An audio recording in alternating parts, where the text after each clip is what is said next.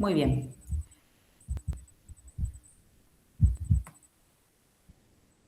Bien, como les decía entonces, estas son unas características que tienen algunas bacterias, no todas. Ahora, esas endosporas, que tienen este nombre justamente para diferenciarlo de unas estructuras que vamos a ver cuando veamos la parte de hongos, que son llamados esporas. Las esporas, a diferencia de las endosporas, en el caso de los hongos, no son estructuras de resistencia, sino que van a ser estructuras de replicación. Estas, que son denominadas endosporas, son formadas por bacterias, y lo que tienen es, como bien dice ahí, una característica principal, que es la de la termoresistencia, que por eso es que es tan importante para los que estudian, ¿sí?, esterilización, porque precisamente el único método por el cual se logran eliminarlas es la esterilización propiamente dicha. No así la pasteurización, que solamente va a eliminar formas vegetativas que van a estar sometidas a 80 grados Celsius. Bien, estas endosporas bacterianas lo que hacen es darle perdurabilidad a estos microorganismos. ¿Frente a qué? Frente a diferentes factores, principalmente el calor, pero también vamos a ver que, por ejemplo, le dan perdurabilidad frente a la desecación, a la radiación y a la exposición de químicos. ¿Quiénes son las que pueden formar, o dentro de qué géneros, digamos, son las que vamos a ver que son las que factibles de formar endosporas? Bueno, tenemos gram-positivas, son bacterias gram-positivas, del género Bacillus, aerobias, y del género Clostridium, que son anaeróbicas. ¿Sí? ¿Cómo se aíslan? ¿Cuál es un método fácil de aislamiento de estas bacterias esporuladas? Bueno, justamente calentando el material donde se supone que existen, ¿sí?, estas esporas, a 100 grados Celsius durante 10 minutos. Entonces, de esa manera se van a eliminar todas las bacterias y solamente las esporas que hayan sobrevivido se van a colocar en un medio apropiado y de esa manera van a crecer. Ese método, o sea, el hecho de hacerlas crecer en un medio apropiado es lo que vamos a ver que se conoce como germinación. Tiene un término bastante parecido al que se pueden utilizar en plantas. Hasta acá vamos, se entiende entonces, ¿no? Bien. ¿Cuáles son esas características microscópicas? Fíjense, esto que está acá es una microscopía, es una imagen de microscopía óptica, en donde, si ustedes se fijan, hay algunas, no sé si se ven, que tienen como si fueran unos redondelitos. Entonces tienen como si fuera la varita y les sale como si fuera un agujerito, ¿no? Bueno, eso es lo que se conoce como endospora en forma de clava. Ahí se la estoy señalando. Esa que está ahí, esa que está ahí. Y fíjense que la tinción, es decir, se usa, ¿no?, un medio que lo que hace es precisamente dar mucha refracción. Entonces, la refringencia es una característica que vamos a ver cuando veamos al microscopio, y eso es debido, que ya lo voy a explicar más adelante, a la presencia de proteínas que están deshidratadas y que se concentran en un espacio muy pequeño. Entonces, muchas veces, para poder visualizar, ¿no?, al microscopio estas endosporas, se usa una coloración que le dé que tenga un alto índice de refracción. Las bacterias que forman endosporas se caracterizan por la posición en la cual pueden justamente generar esta endospora en lo que se conoce como célula madre. La célula madre sería la célula que le va a dar origen a la endospora. Antes de que esa endospora sea liberada, porque ya vamos a ver que la endospora en un momento determinado se libera de esa célula madre. Entonces, hay 3 posiciones que pueden tener estas endosporas, que tienen que ver con una posición central, una posición terminal y una posición subterminal. Que más o menos, si ustedes ven, este sería un poquitito la posición, ¿sí?, de la endospora. Por ejemplo, en este caso, la endospora es central, es decir, que la célula madre, ¿no?, en el medio de esa célula madre se genera la endospora.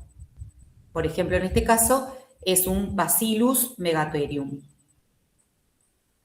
En este caso es una endospora subterminal.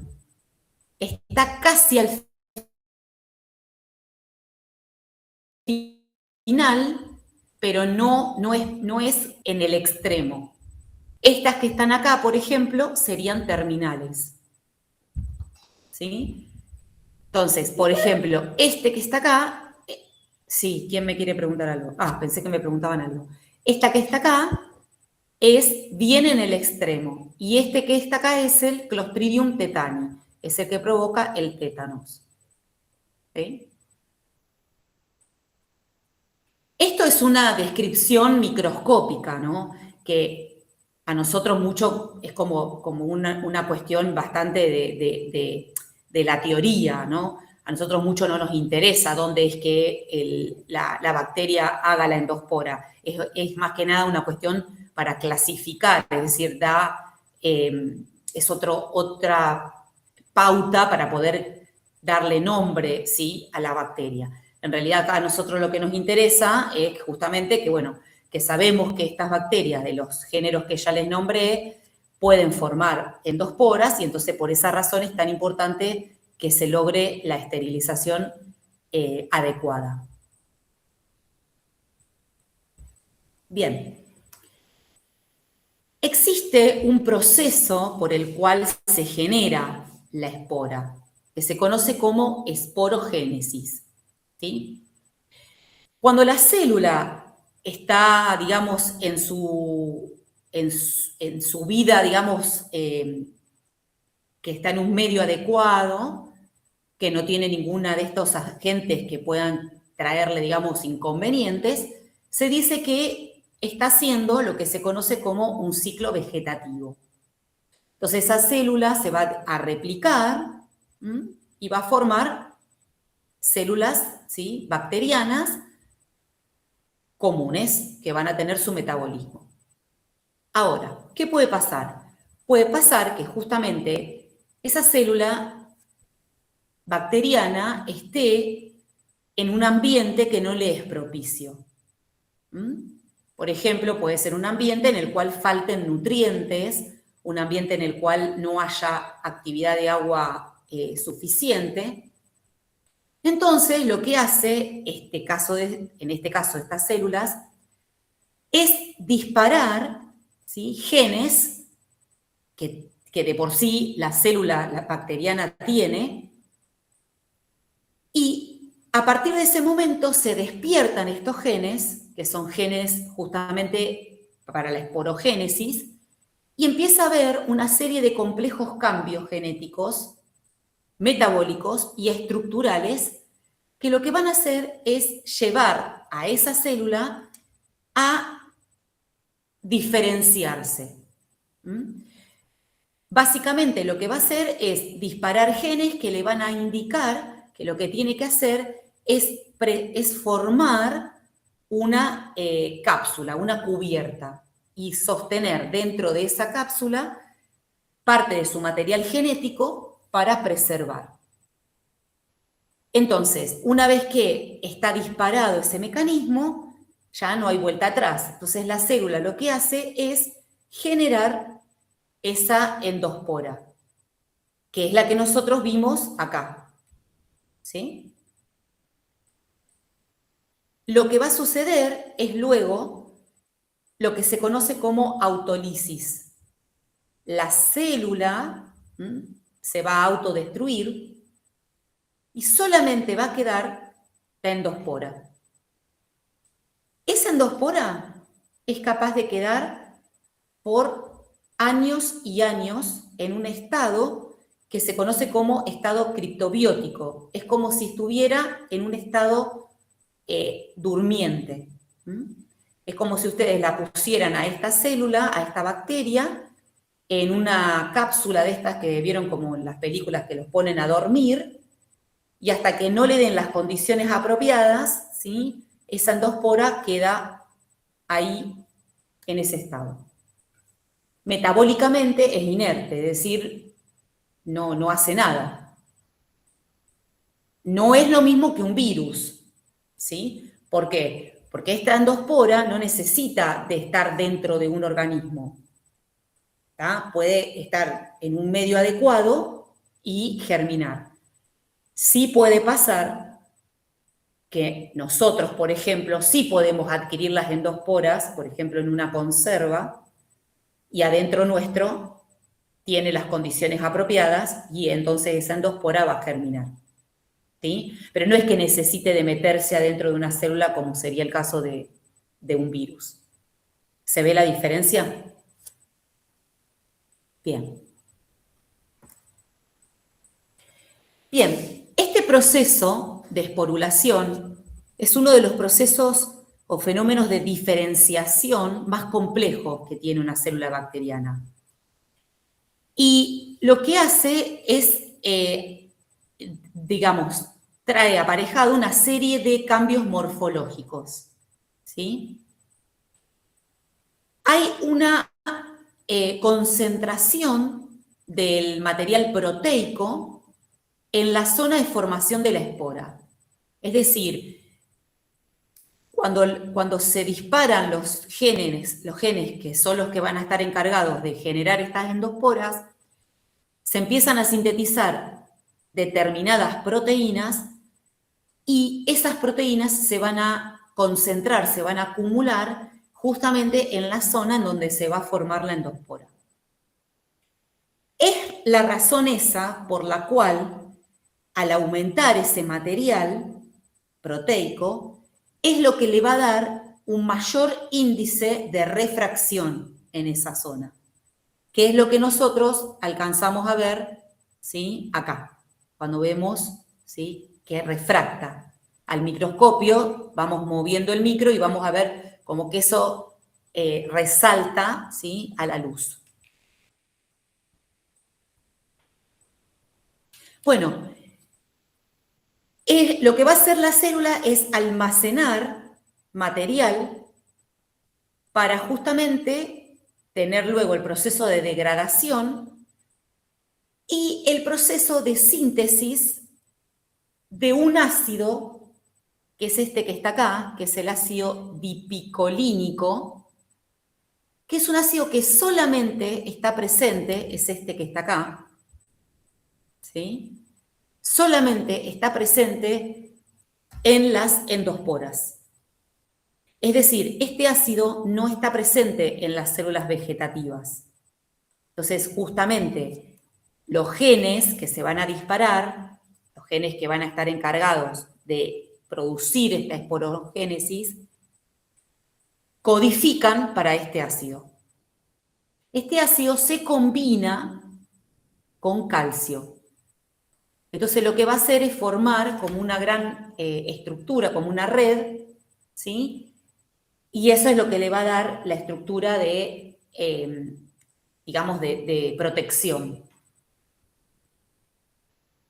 Y cuando se termina de formar, como les mostraba acá, cuando se termina de formar, fíjense que la endospora tiene una cubierta, tiene una membrana externa, tiene como si fuera una corteza, que es la que está bien metida, digamos, hacia adentro, y tiene una membrana interna. Y adentro está el material genético.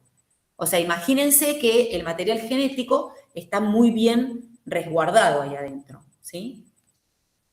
Entonces, lo que tienen es que una vez que se forman, ¿sí? Estas estructuras, se liberan de la célula vegetativa, se liberan de la célula madre, ¿sí? Entonces, luego lo que va a aparecer es simplemente, ¿sí? La endospora. Y eso es lo que va a persistir.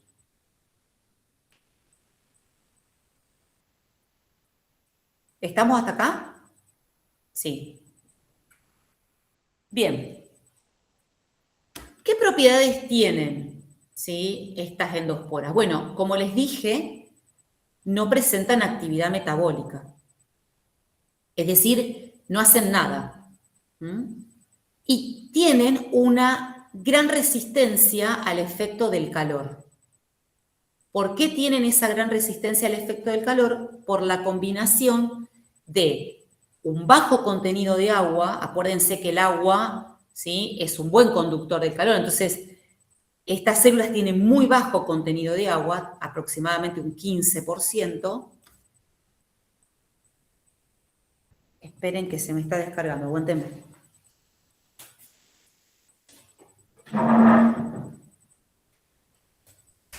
Ahí está.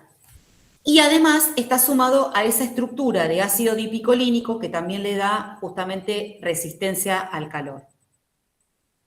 Tienen gran resistencia a las radiaciones, al efecto de las radiaciones.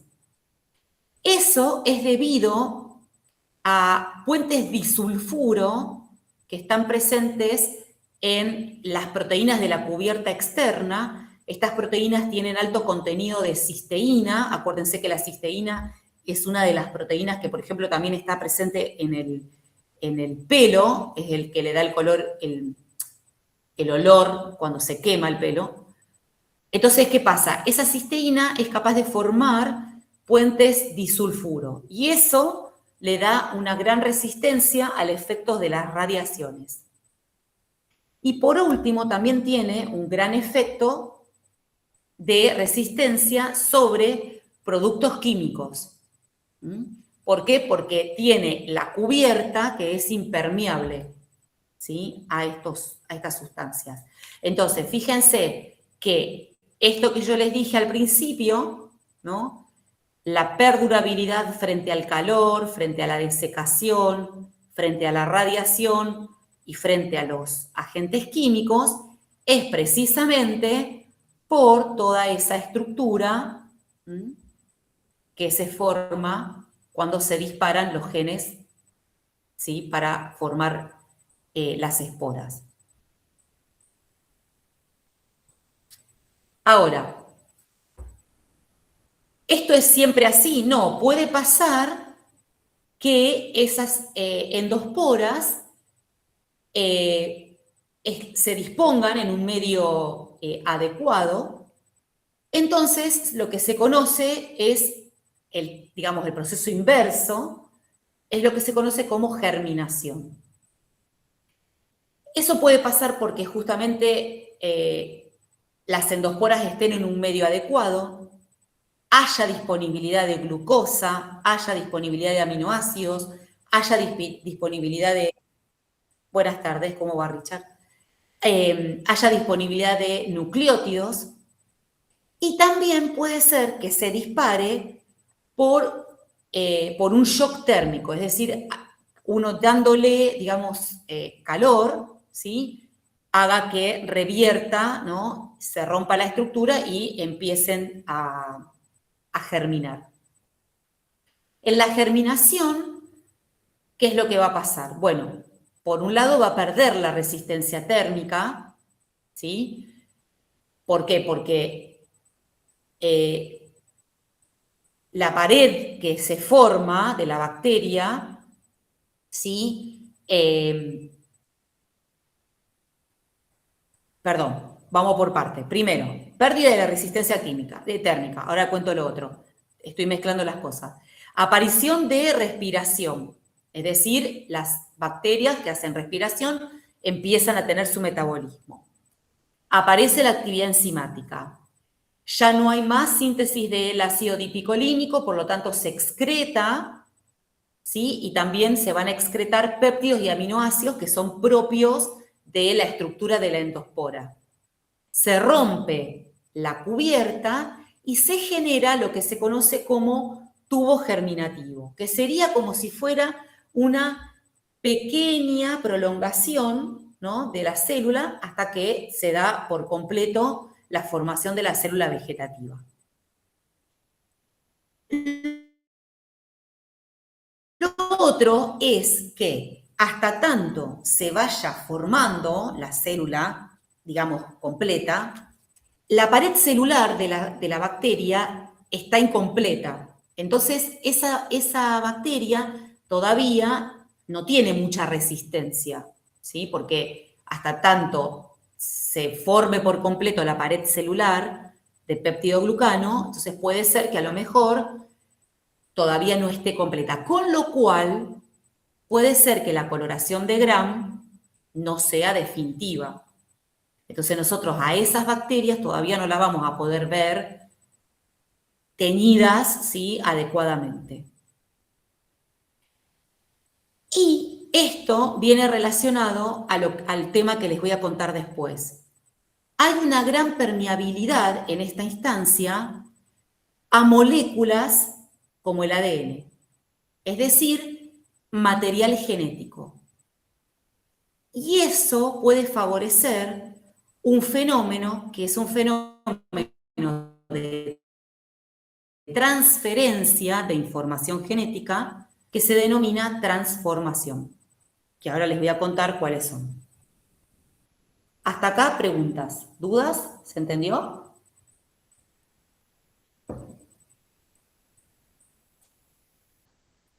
Se me escuchó, ¿no? Sí, profe. Sí, perfecto. Bien. Bueno, las bacterias pueden transferir material genético de dos maneras. Una es la que se conoce como transferencia genética vertical y la otra es la que se conoce como transferencia genética horizontal. La transferencia genética vertical es la que se da cuando los genes se transmiten de un organismo a su descendencia. Es decir, cada vez que la célula bacteriana se divida y dé células hijas, va a transferir genes, ¿sí?, a esas células hijas. Ahora, la horizontal es cuando hay transferencia de material genético entre organismos de la misma generación. Y hay tres tipos de transferencia genética. Hay una transferencia que se conoce como transformación, ¿sí? Esta es la forma en la cual las bacterias transfieren, por ejemplo, genes de resistencia a antibióticos. ¿Cómo se da eso?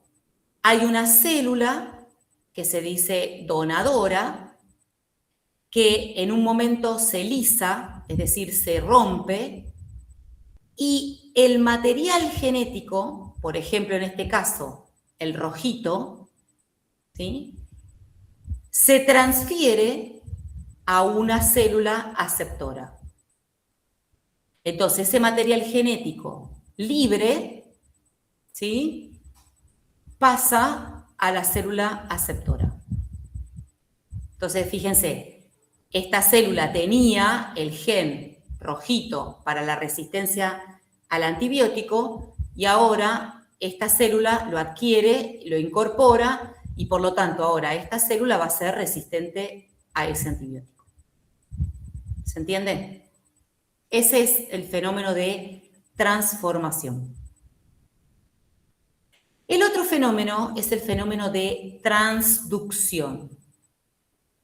En la transducción se requiere de un bacteriófago. Acuérdense que los bacteriófagos son virus que infectan bacterias. Los virus son mucho más pequeñitos que las bacterias. Entonces hay virus que pueden infectar bacterias. Entonces, ¿qué pasa? Una célula donadora es infectada por un virus que toma, ¿sí? Toma el gen, en este caso, el gen de resistencia, por ejemplo. Y este virus lo porta, es decir, cuando se duplica el virus, porta ese pedacito de gen. Sale de la célula y va a infectar, se apoya sobre otra célula, que es la célula aceptora, y esa célula entonces adquiere ese gen que venía de la otra célula. Esto, por ejemplo, es un método que se utiliza para realizar, digamos, transformaciones, o sea, transferencia genética, por ejemplo, para lo que serían organismos genéticamente modificados. Por ejemplo, cómo se le puede incorporar un gen humano, por ejemplo, a una bacteria que queremos que la bacteria produzca, o la levadura produzca, no sé, un gen de insulina, ¿sí? Bueno, lo que se hace es, se arma, entre comillas, ¿no? Por ingeniería genética, se arma ese bacteriófago con el gen y se infectan las células que nosotros queremos que adquieran ese gen. Entonces las bacterias esas van a producir esa proteína porque tienen el gen incorporado dentro de su material. Entonces, transformación, transducción. La transformación entonces es cuando el ADN es libre, la transducción es mediada por un bacteriófago y la conjugación, fíjense, ¿se acuerdan cuando la clase pasada les conté de las estructuras que podían tener las bacterias, que podían tener flagelos, podían tener cilios, podían tener pelos, el pili? Bueno, la conjugación es justamente a través de un pelo conjugativo, es decir, son prolongaciones, entonces esa prolongación se une entre una célula y otra y hace como si fuera un pequeño canal. Esto, por ejemplo, sirve mucho para transferir lo que se denominan transposones, que serían como pedacitos de material genético, ¿sí? Que son como otro material genético, además del principal, que va enterito. Entonces, en este material ahí, por ejemplo, puede haber 2 o 3 genes de interés que nosotros querramos pasar de una bacteria a la otra. Entonces, son 3 métodos de transferencia genética. ¿Se entendió? ¿Estamos? Muy bien. Sí, profe. Perfecto. Bueno, entonces ahora les voy a dar para hacer el trabajito práctico. Tenemos todo el tiempo. Hay que leer un artículo, 2 artículos, y responder un par de preguntitas. Yo les voy a dar tiempo para que me lo entreguen a fin de la clase. Yo creo que vamos a tener tiempo. Yo me quedo conectada, o sea que ustedes me pueden hacer todas las preguntas que quieren.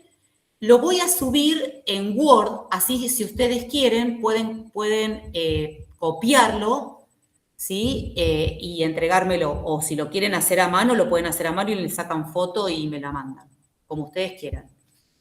¿Sí? Aguanten que entro al Classroom y ya se los estoy subiendo.